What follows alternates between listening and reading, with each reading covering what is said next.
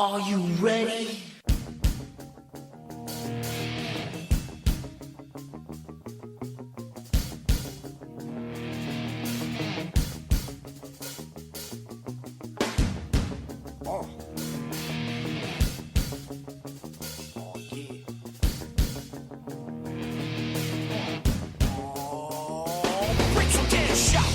Is that the message you got?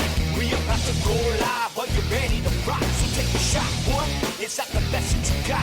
From the fans to the fans, let me hear the crowd pop. So take a shot, boy. Is that the message you got? We about to go live. Are you ready to rock? So take a shot, boy. Is that the message you got? From the fans to the fans, let me hear the crowd pop. So take a shot. Oh yeah. So take a shot. Oh, so take a shot. Oh, so take a shot. Ladies and gentlemen, welcome to my interview segment here with the King of Monsters, Billy Brash. So, Billy, thank you so much for joining us, man. How you doing? I'm doing all right, man. I appreciate y'all having me on. Oh, well, thank you, man. Thank you so much for joining us. I gotta ask, how are you holding up with all this? I know you're down south. Are you guys quarantined as well? Well, we're supposed to be. We're not to like the National Guard level of quarantine yet, but they've shut down like the majority of non-essential businesses and stuff like that. So like I'm handling it okay because I have a huge like backlog of video games and stuff to play, but I get so stir crazy, man. Like yesterday I just walked around the yard for like an hour. Like just walk laps for no reason. We're doing these at-home workouts and stuff to break up the time and stuff, but some days are easier than others and some days you just nap all day and don't do shit. So right. I mean, there's really not a whole lot to do. I mean, thankfully for you, you do have a yard where you can walk around in. We live in the city here, so right. It's kind of nasty out there in New York. Right.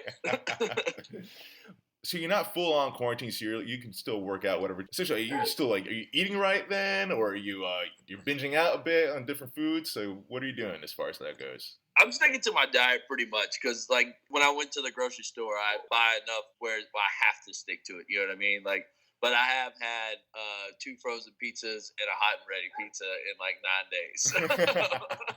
That's actually not bad. That's better than the average American. Yeah. I've gone to the supermarkets, man. I see like what people are putting in the cart. It's just like, wow, really? All right, there goes the diet.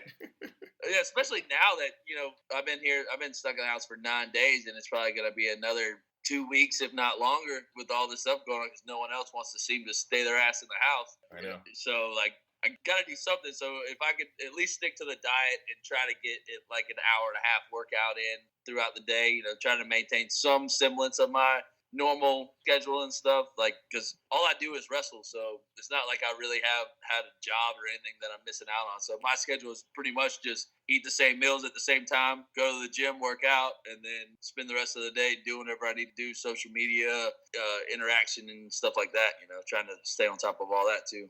So you mentioned this is your job, professional wrestling. Yeah. You don't have a shoot job. Nope. I'm an entertainer myself. I'm an actor, so I'm going nuts here too. I'm not getting paid.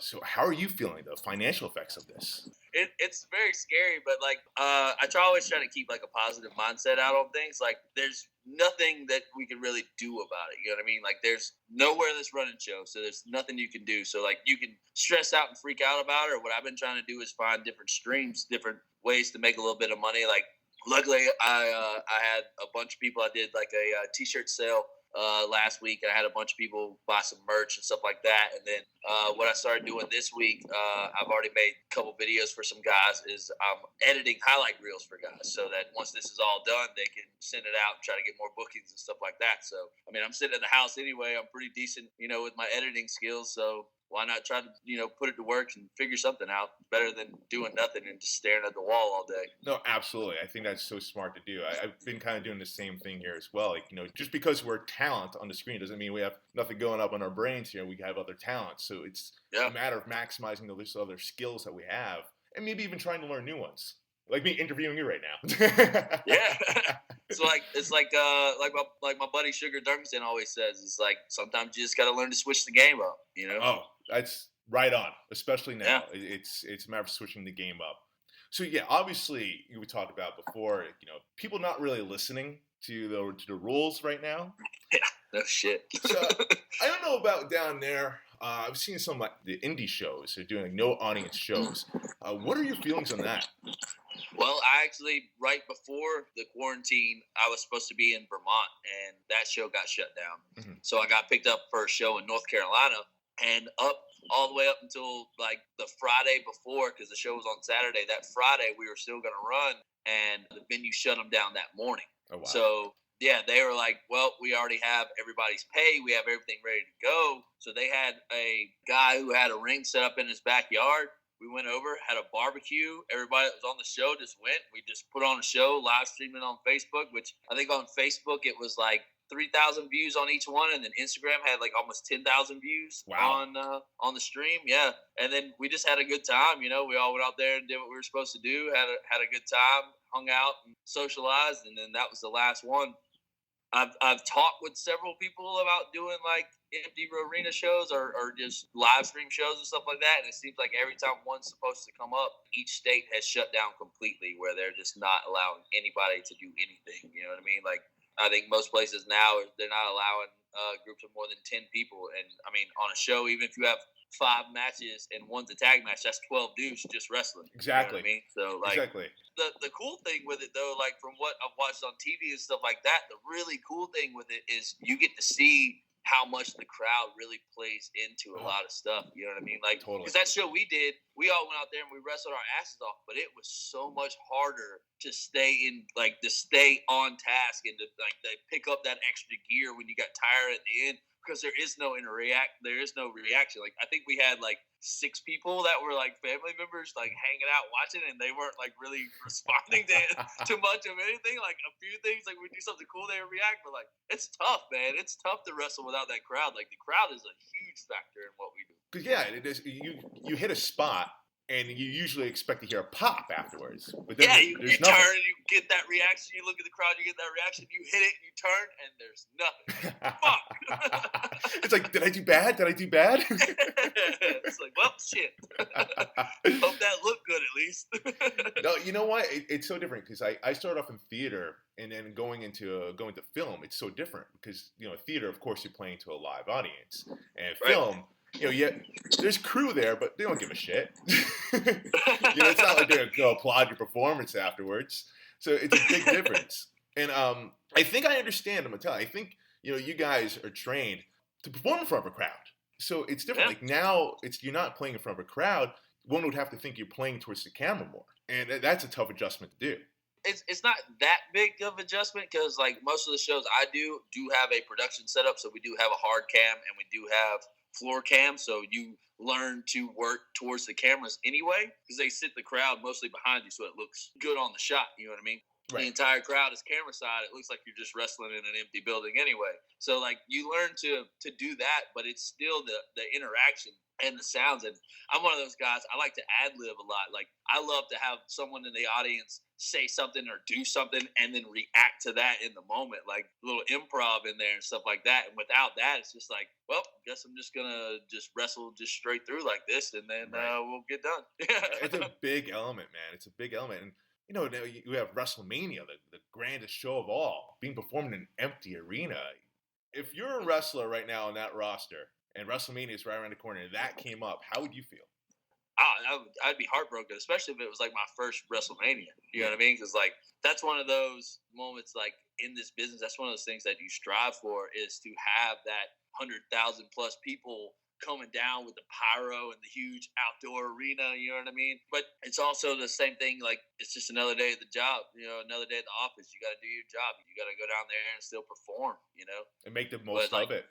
Yeah, but like it would definitely be disheartening. Like I literally had my best month of 2020 so far coming up, and it got shut down like the week of. You know what I mean? I feel like year after year, your name keeps being brought up more and more.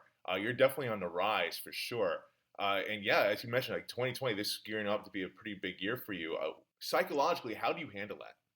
That part sucked, but it's one of those, every company that I was supposed to debut for or work for and stuff like that, they've all already contacted us and said that we're going to rebook it and just do it again another day. So, like, the opportunity isn't gone. It's just on hold.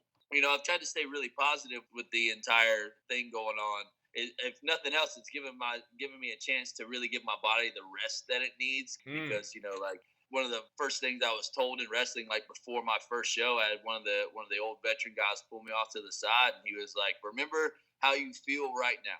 He was like, "Because this is the best you'll ever feel in your entire life." He was like, "You will never feel better than right now." He's like, "Everything's gonna suck from now on if you really want to go after this." And that's the truest thing, man. Like constant old knee injuries, shoulder injuries, and stuff like that. That it's just something all the time. You know what I mean? It's just one of those you just put on your boots and you get through it. So it's given me a chance to really get through all that, let the body rest, let it heal, let it relax, and it's also given me a chance to have an introspective of what I'm doing, like to be able to like really examine where my career path is going and what I'm doing right now, what I need to change, what needs to be switched up. You know what I mean? Like it's given me a chance to really like think about new ideas and how to change the game on it and stuff like that. I think that's perfect that you touch on that, because you see the greats not only just in wrestling but in any performer. They're constantly evolving, and I think that's what helps them have such a long career in this business, especially in wrestling. You look at Jericho and Undertaker, constantly evolving.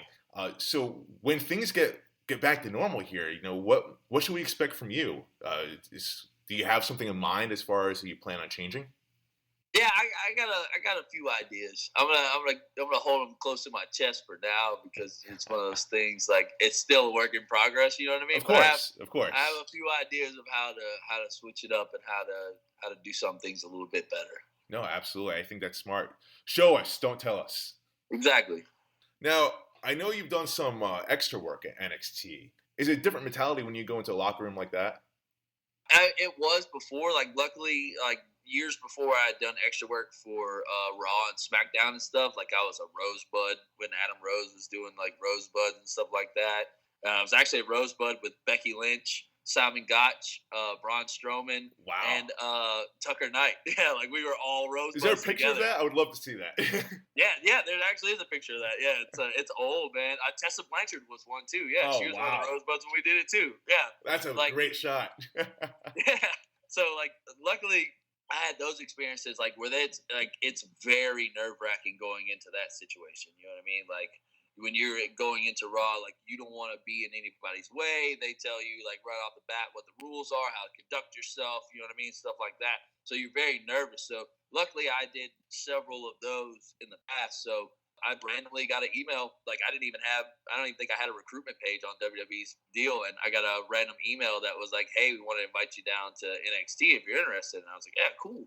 And like, now I'm much more comfortable with myself and in the business and stuff like that, where, I've been to the New Japan dojo, I've been to the Ring of Honor dojo, I've done extra spots with other companies and stuff like that. Like I've been backstage at the biggest companies. I have friends that are there on TV all the time now, you know what I mean? So it's one of those, like I'm much more comfortable now. So I just went and was just myself, and like NXT is the most laid back atmosphere I've ever been in on a professional level. Really? Like, yeah, it's almost like an indie show. Like the guys are in there and like they're talking about stuff, you know what I mean? And then like Triple H is there and he has his hand on everything that's going on, and like they can pitch ideas to him and they all bounce stuff off each other, and it's just really like we sit in the bleachers and watch all that stuff. And like the last time I went, Regal was there. So he pulled us off to the side and we got to sit for 45 minutes to an hour and pick his brain and ask him about wrestling and stuff like that. Wow. He, gave us little critiques and stuff like that. Yeah. That was the cool thing whenever I did the Raw and SmackDown stuff, was Regal was the extra talent coordinator. Like he was the guy that you went to. He was your liaison. So I got to sit and listen to him a few times. So doing it at NXT was like bringing back really good memories. And everybody does the same thing, because he was like, just ask me what you want to know. And, for the most part, they're like, oh, what do we need to do to get here? What do we need to do character-wise, stuff like that? And I'm one of those guys, like Regal is my hands-down favorite wrestler of all time. Like, I think he's so underrated. Like, everything he did had a purpose. Everything he did meant something, you know what I mean? Even his pinfalls, everything. So I'm the type of guy I was like, I just want to talk, like, technique with you. And then we wound up sitting and talking technique, and then, like, he grabbed me and like we did like a little chain wrestling, like sitting in the seats and stuff like that, and worked on different stuff like that. So that was really cool. So you got to lock up a bit with William Regal. Yeah. Yeah. That's amazing. Yeah, it's the second time actually. I got to do it once on because on SmackDown whenever you do the extras on it, because they used to be Monday and Tuesday. So Monday you would go and Raw was live, so you were just there if they needed something. And then SmackDown was taped, so there was a little more leeway. So we would get there at 2:00, get dressed out. We do tryout matches in the ring and stuff like that, and then they would critique us, which those were freaking insane. The amount of guys that sat and watched you do those. You know what I mean? Like every producer. So you had like Dean Malenko, Arn Anderson. Like dudes like that just sitting around watching you wrestle, and no one's making a sound. So it's another one of those like empty arena situations like we were talking about. No one's responding to anything. So like you gotta be on. But we were waiting for them to set up the ring one time, and Regal was talking with us, and out of nowhere, he just looked at me. We locked up. We chain wrestled for a little bit, and then I doubt he remembered me, but we were sitting there in the seats, and I sat like 2 seats down from him on the same row as him, and everybody else kind of just sat around. And we were sitting there, and I asked him about technique, about different pinfalls and stuff like that. And he started going over chain wrestling. He just grabbed me, and then we reversed a few holds and stuff like that. It was really cool. Was it hard for you not to fanboy during that moment? No, it wasn't though, because I've done it before. Yeah. You know what I mean? Like the very first time. Yeah. As soon as he turned his back, I looked at all the dudes that were with us. I was like, "What the fuck, man?" Holy shit. So that time I was like, "Oh, I've done this before. I'm an old pro. It's cool." Yeah, I got this. Now, what was the biggest thing or the biggest takeaway that you've learned from William Regal, or from those experiences, even doing the extra work? It's honestly, man, it's how much detail goes into every aspect of what they do. It's not just about the move. It's not just about the crowd the crowd reaction and stuff like that. It's about every little detail, like where the camera's at, how to do this, how to do that. Like every detail matters. It's not just nothing's a throwaway. Like the cool thing with the NXT extra stuff is we go into the auditorium next door. And you watch, they have the stream on, so you get to watch while they're at commercial too. Oh wow! Okay. So you get to see them change the gears. You know what I mean? But it's still there's no wasted motion. Nothing's slowed down. You know what I mean? But you could tell it's not as much they're saving their good stuff for later. So the structure of the match is different, stuff like that. So that's the coolest thing is learning how the production level at a company like that works compared to what I do every weekend. Right. Right. No, obviously a big difference. I mean, they're a machine, and you go to different shows. Some are more machine than others, but that's for sure. Now, Billy, you travel different places for doing what you do. Are there different, say, north versus south? Are there different styles that you have to do? Are there different ways that you have to perform from an audience? What's the mindset when you perform in these different territories? Yeah, there's definitely a different style and a different way that people like to see wrestling and stuff in each area. Even down south, you have to mitigate what you're doing based on the crowd. I've wrestled at places where if you jump off the top rope, they're so scared that you're going to get hurt that they don't make a sound. No matter what you're doing, you can hit the prettiest 450, you dive out of the ring, there's no noise until you stand up and they see you're okay, and then they might clap a little bit. You know what I mean? So what's the point of doing that in front of them? And then you have other places where if I was to grab a headlock and work a headlock in front of some of these places, I get eaten alive because they're an indie-based fan base. They want to see that type of wrestling. They want to see more high action, more quickness, you know what I mean? Stuff like that. So each place, honestly, it varies from not even each area, but each company is different. You know what I mean? Because people get accustomed to seeing a certain style of wrestling. That's why people come back. Even when I go there, I always keep little pieces of me in there because no matter how much you adapt into stuff, you still have to be yourself. So I only change it a little bit, but in the end, I'm still me 100% all the way through. That's very interesting. And how do you learn those differences then with different companies? It's just time being out there. It's like being a stand-up comedian. You know what I mean? Your jokes may kill in this place, and then you go do them here, and no one gives a shit about what you're doing. It's the same thing at wrestling. You may kill it with this here, and then I do a headstand in my match a lot of times, and a lot of places it gets a huge reaction. And we were doing a match. I was in St. Louis for Glory Pro. We were doing a 6-man bunkhouse match. And I did it where I ran, I did the headstand, and no one reacted. And one dude in the crowd was like, "How's that supposed to help you win?" And then it led into a sequence, and I was like this, you fucking idiot. And it led into a whole sequence. You know what I mean? So like each place is different. That's amazing. Well, do you have a preference then, as far as like what place you'd rather work? No, no. I love being able to adapt in the moment. Like if you have an idea or a game plan in your head, I'm not a spots guy. I don't have like I have a couple things I'll do, but I like to put it in where it feels right. You know what I mean? Not okay. We're gonna go out. We're gonna do this, and then we're gonna do this, and then we're gonna do this, and then that. I'm not that type of guy. Like I like to free flow. I like to almost improv. You know what I mean? And ad lib with stuff that I'm doing. That's the only way to really that I feel to really like be able to connect anywhere. You may have an idea, okay, they're going to react like this here, and then you get out there and they don't give a shit about what you're doing. You know what I mean? So you got to learn how to change it up. Wow. Yeah, it's funny. I feel like you're one of the few that does that. I feel like I see a lot of guys they kind of Randy Savage the match. Yeah, like I mean, because like we were saying earlier with watching this live stuff, you know, with these empty arena stuff, the audience is a huge factor in it, man. You know what I mean? They can make their reactions can make an average match seem like the greatest thing you've ever seen. Like one of my favorite things to do is watch a match, like one of my matches on mute and watch the technique and stuff like that. And then I'll watch it with the sound on, and then I'll watch it where I only watch what the crowd is reacting to. You know what I mean? Where I'm not paying attention to the actual wrestling. You know what I mean? Like that's just my little thing I do. Like I like to watch the match 3 times.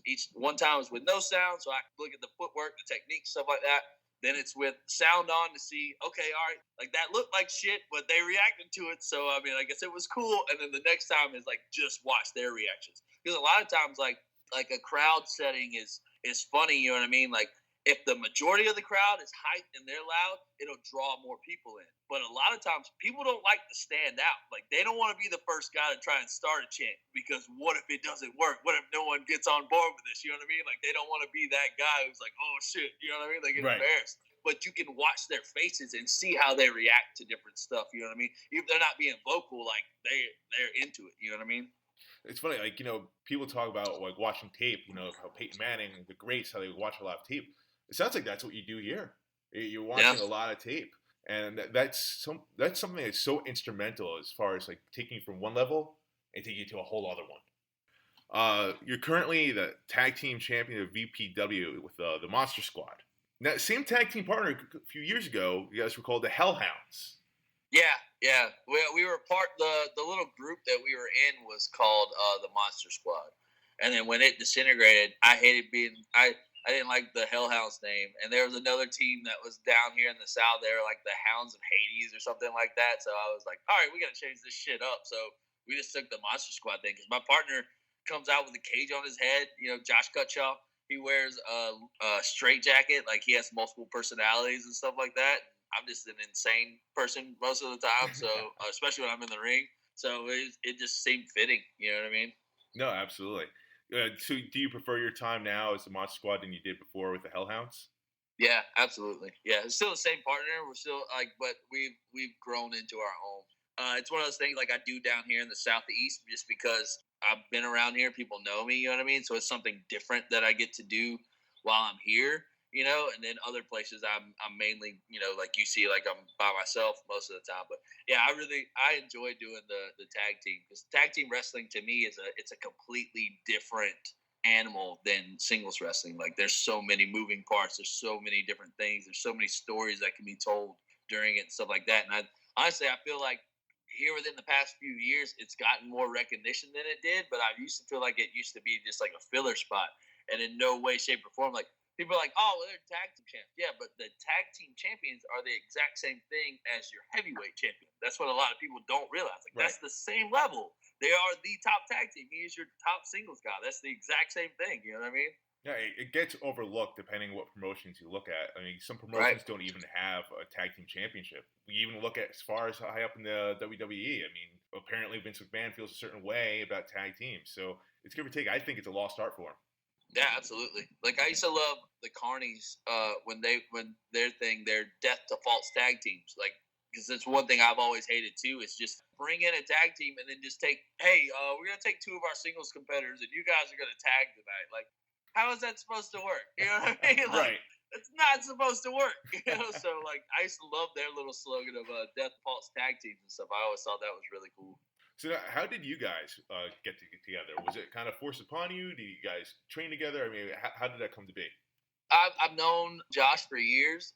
Actually, it's funny. We always tells everyone this story, but like I couldn't stand him when I first met him. Wow. Like I met him. Yeah, I met him in North Carolina. I couldn't stand him. I didn't like the guys that he ran with and stuff like that. It just weren't my type of people. And then like over the years, like he's grown on me. Like I love him to death now. Like I had taken a break from wrestling and I came back just to watch a show. Like I was just gonna watch a show, and they were doing a battle royal, and they convinced me somehow to get into this battle royal. And me and him did this little standoff thing, and it just kind of made sense because they were making this faction or whatever. And I was starting to come back into wrestling after my break. It just made sense. So like we did our little tag team. It was actually Coach Mikey was our manager. He led the crew, and then we had another guy who was a singles competitor. So we had a little faction or whatever, and then that broke down, and then we were having fun with it, and it's something different to do down here, because like I feel like it's one of those things. I've gotten so comfortable in the Southeast, like I feel like most of the places that I go down here, I can't do any wrong. Like it doesn't matter what I do, people are gonna react to me, and so like that way, it's another way to challenge myself. Like, all right, how can we do this and do something different? No, absolutely. I think that's definitely key right there. You mentioned about your break. What forced you to take a break from wrestling? I fell out of love with it. I had been wrestling for 4 or 5 years at the time, something like that, 3 or 4 years at the time. And it got to the point where I just wasn't having fun anymore. I felt really stale. I'd had some personal issues with promotions and with people that just really got me down on the sport and stuff like that. And I knew when I was sitting in locker rooms and I was thinking about what I could be doing if I was at home, that it was time to take a break. Because like the one thing I would never want to do is be the cause of someone else getting hurt. You know what I mean? Just because I was careless or my mind wasn't where it was supposed to be. So I was like, well, I'm done. So I was actually like, I didn't tell anybody. Like only like 4 people knew that I was done. Like I went in, had this match, and that was going to be it. And I was going to walk away, and that's what I did for a year. And then luckily I had friends that stayed on me, and like they talked to me all the time, and like I was watching like the Ugly Ducklings like were taking off, and like the Gymnasty Boys were just coming together as a team and stuff like that. And I was like, man, this shit looks fun. So I got back into it. I lost a bunch of weight and got back into it. Now that's all I do. I was a fireman for 11 years, and I walked away. Coming up on 2.5 years ago, I walked away from it to do this full time. Wow, that's amazing that you did that, and you took a risk on yourself, and obviously it's paying off. Yeah, honestly, it's the best decision I ever made. I'm having more fun than I've ever had my entire life with this. No, amen to that, man. I mean, I feel you. I did the same thing. I was a manager at a bank, and I left that to pursue entertainment full time, and it's free. And there's more power to that, to take a chance on yourself and to follow your dreams. So kudos to you on that. Appreciate that. So now I want to shift gears a little bit. And we got to talk BCW, man. Right? You are the king of the monsters. You're probably the longest reigning number 1 contender in BCW. Every time. I'm sure you'd rather be the longest reigning champion, but you're the longest reigning number 1 contender. 2 opportunities to face Darius Carter. Both shows got canceled for unforeseen reasons. Some things completely out of anyone's control. How does that play into your psyche? It's one of those things. I'm one of those. I'm down to fight anybody anytime. You know what I mean? It's not like I'm doing extra preparation for Darius or anything like that. I know how he works. I know where his mindset is on this stuff. And I know where mine's at. So whenever the time comes, I'm ready. It's one of those things. I think a lot of times people psych themselves out. They put too much preparation into stuff like that. Like we were saying before, I'm one of those free-flowing guys. Like when it comes, it comes. Let's do it then, Oh, absolutely. BCW, a World Heavyweight Championship opportunity, that's pretty big. Right. Have you studied Darius Carter? Have you watched him? I've watched him at every show that we've been on. We've been on several shows together besides just BCW shows and stuff like that. And I watch him, and I think I have a very good take on how he operates and where his mindset is most of the time. I mean, obviously he feels a certain way about himself. Yeah, that's for sure. How do you feel Darius Carter as champion? I mean, we've all seen the social media posts, the countdown he's been having. How do you feel about him as champion? I mean, you can't deny that. I mean, he's been champion for 400 plus days, something like that, something insane. Like that's a very high standard. You know what I mean? Like, so you can't deny him on that. Now he doesn't always go about retaining his titles the way I would, you know. But hey, I mean, each man has his own way of going about this world, you know. But technically, he's very proficient. Like he's a solid guy. He's got it down. He's not afraid to go to any length that he has to, you know, to remain champ. Oh, trust me, I know that. He's put his hands on me before, so I didn't feel very good. Well, Billy, awesome, man. Thank you so much for taking the time to speak with us here. Can you tell us, your social media, where can people follow you? Instagram is just Billy Brash. Twitter is the Billy Brash, and then I have a Facebook that's under Billy Brash, but you know I don't spend as much time there as I do Instagram or Twitter. So that's the ones, man. All right, Billy. Well, thank you so much for joining us.